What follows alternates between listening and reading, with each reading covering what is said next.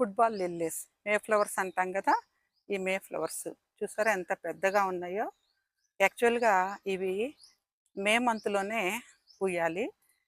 మే మంత్లోనే పూస్తాయి. సంవత్సరానికి ఒక్కసారి మాత్రమే పూస్తాయి. మే మంత్లో పూస్తాయి కాబట్టి వీటిని మే ఫ్లవర్స్ అని కూడా అంటాం. సంవత్సరానికి ఒక్కసారి పూసిన 15 రోజులు గార్డెన్కి చక్కని లుక్ ఇస్తాయి.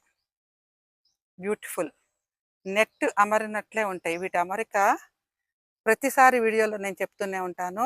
ఇలా ఎవరో అల్లినట్లుగా ఆ అమరిక ఉంటుంది.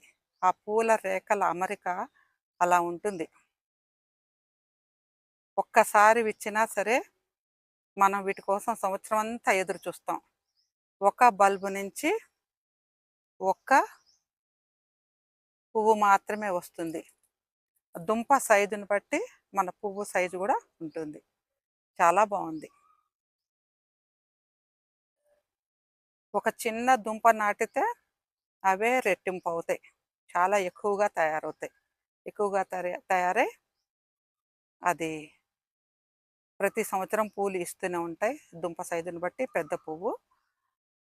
ఈ అన్ సీజన్లో కూడా వీటి ఆకులు బాగా పెరిగి చక్కగా మంచి ఎయిర్ ప్యూరిఫైయర్గా మనకి ఆక్సిజన్ అందిస్తాయి.